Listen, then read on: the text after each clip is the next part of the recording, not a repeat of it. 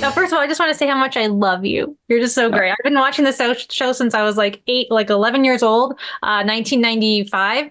My parents let me watch the show the first half hour because I was too young to stay up for the entire time. But I just want to say that you're the comedy on late night with Conan and everything that you've done with him too is just it's formulated so much of like who I am. So thank you. I just wanted You're to so kind. I never intended to be on camera. I actually started working when you started in 1995 when you started, yeah. and it was only meant to be behind the scenes, as you might imagine. But when you work on a show like this, you often get pulled on in front of the camera, and I'm so glad that you appreciated it. Of course. I'm so thankful for this. So, yes, I will get right started. So Jordan, thank you so much for your time today. I'm such a big fan of yours and Conan's. And to get us started, a lot of us at Collider are actually wondering if you have a favorite food at Olive Garden. Favorite food at Olive Garden. I learned a lot about Olive Garden. I've only been there once and it's been on camera. I don't believe they add salt to the pasta water, which is technically a big no-no if the rumors are true. But I kind of blacked out while I was there. I don't even remember what I actually ate. I do remember that the breadsticks, the famous breadsticks, seemed a little bit like hot dog buns to me. But other than that, I'm not really clear on anything that I ate. Yeah, no, I understand that it happens. You're a connoisseur of fine food, so Olive Garden's not for everyone.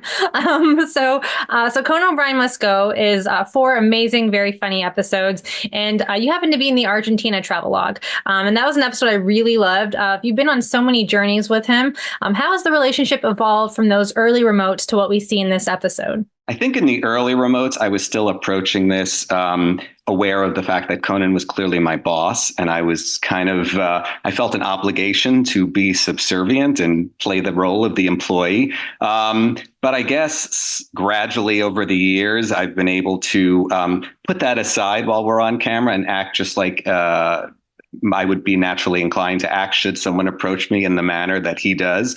So in that sense, I think it's probably more truer to our actual relationship as opposed to like employer-employee. Yeah. Yeah. It's admirable how you are so attentive to him and you never break character because he is very funny. And I feel like, when we're watching things, you're not laughing, but the entire audience is laughing. So how do you keep a straight face with him? Because he can be, throwing things sometimes outside of the blue, like you wouldn't know.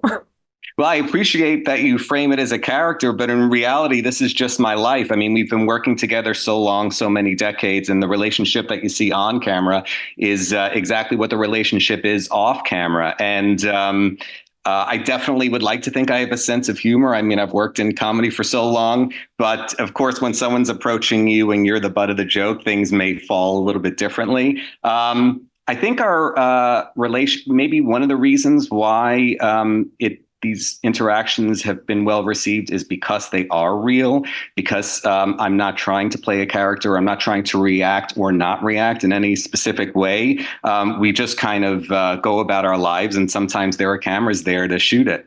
Right. Yeah. And the time you spend with him in Argentina is a little it's very small. Like we don't get to spend too much time with you on the trip, but I'm wondering what's one thing about the relationship with Conan in these episodes that fans might be surprised to learn that doesn't come across on camera, because I'm sure there was more B-roll that we haven't seen as yet. Well, the reality of the situation is, despite how it may or may not appear, speaking for myself, I love traveling with Conan. I love spending time with him. I love spending time with him in foreign environments. I do truly think that when you travel or experience any kind of new event with someone, it does bring you closer together. You not only experience things firsthand, but reflected in somebody else's eyes as well. I genuinely have so many warm memories of traveling to Argentina and other places with him. We would have wonderful dinners and we would talk about the food that we're eating and the local nature of that food and the culture around us. And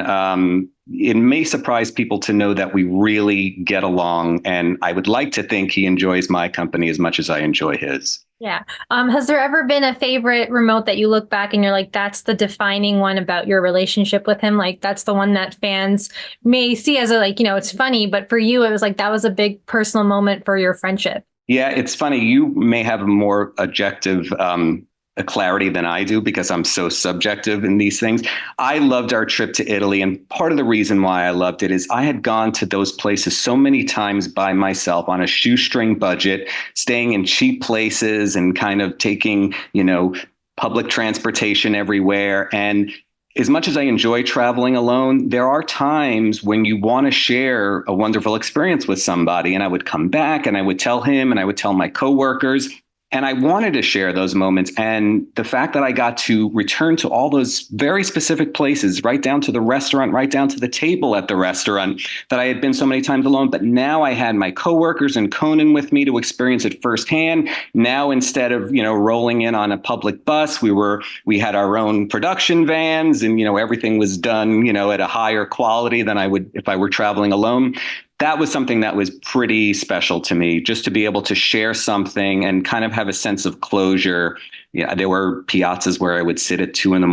alone, just pondering the secrets of the universe. And now suddenly I was here and there are lights and there are cameras, and it's an interesting phenomenon. Yeah, no, I love that. I think it's so much fun. I know that for you, it must be because you're in that moment with him, spending it. But like for the fans to see that dynamic, it just keeps growing and it's just so heartwarming and it's just like sweet and funny and it feels very familial at the same time. So that's just something I really love. But, you and Conan have an interesting chemistry and you do play very well together. Sometimes though, I've been watching some of the like podcast things on the Conan radio, and sometimes things come off a little contentious. And so I'm wondering, has there ever been a time in a film segment when all of the playful annoyances became a little too real and you had to turn off things for a minute? No, I think that there have been situations where things kind of went in unexpected directions. One of them was going back to our Italy episode. We were at a wine tasting, and Conan and I were very much in sync with our understanding of the situation. But the winery was very prestigious, very high end, very well respected, and they take themselves seriously as they should. They're very dignified. And I believe that the really nice woman that was conducting the tasting wasn't prepared for exactly the genre that we were about to unfold. And she kind of didn't know how to react. And even in Argentina, this upcoming episode, there's a segment where Conan and I go to spend some time with some Gauchos on the Pampas. And these guys are real working Gauchos, and we're just clowns. And there was a moment in there where Conan and I were dressed in ridiculous costumes. And the surreality of the situation just hit me. And I won't spoil it for those who haven't seen yet, but a bit of chaos ensues. Yeah. I'm sure you got to watch the entire, season, the 4 episodes. I do have to say the 4 episodes are not enough. Like they're so good, but they're just not enough. I wish there was more. Was there a favorite moment of watching those episodes that you were like, oh, this is a very funny scene, or this is something that the fans should really look out for when it's coming to Conan's defining comedy? I think that Conan has his particular brand of comedy, which I like to think is universal. And I think travel shows are kind of evidence of that. But it's fun to put that comedy in very specific cultural situations. And I love the tango segment in the Argentina episode. And I love that we tried to approach it really authentically. We tried to get real authentic music and real authentic musicians and costumes. And I love the way that particular segment turned out. Yeah. So you admit, though, it is tango, not tango. Well, of course, we're speaking English, and I'm here to adapt my cultural language skills to the audience. Of course.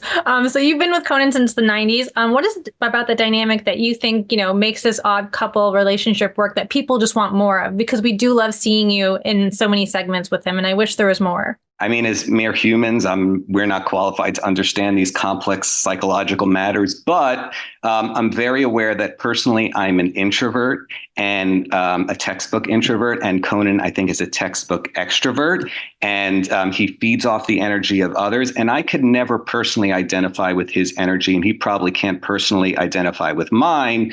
And when we do exist together, I think one of the natural human inclinations is to try to match the energy of the person you're speaking to, even if it's not your own.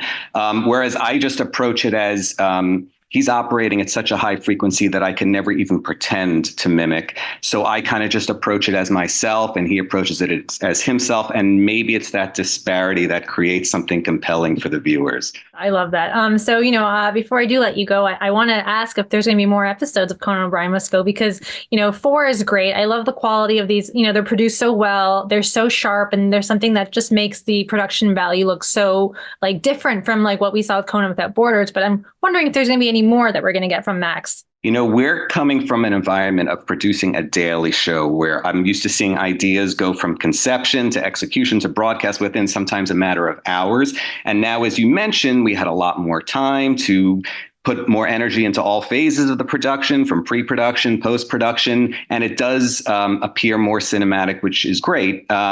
As a producer, I'm not privy to such matters. I would hope that we can travel more and do more of these, but we take it one day at a time, and I'm handed tasks, and I complete those tasks. Yeah. Well, you guys do a great job, and I'm just so excited for the show, and everyone's going to just love it so much as I do. So Jordan, thank you so much for your time. It's been such a real pleasure, and congrats on Conan O'Brien Must Go, which is streaming on April 18th on Max.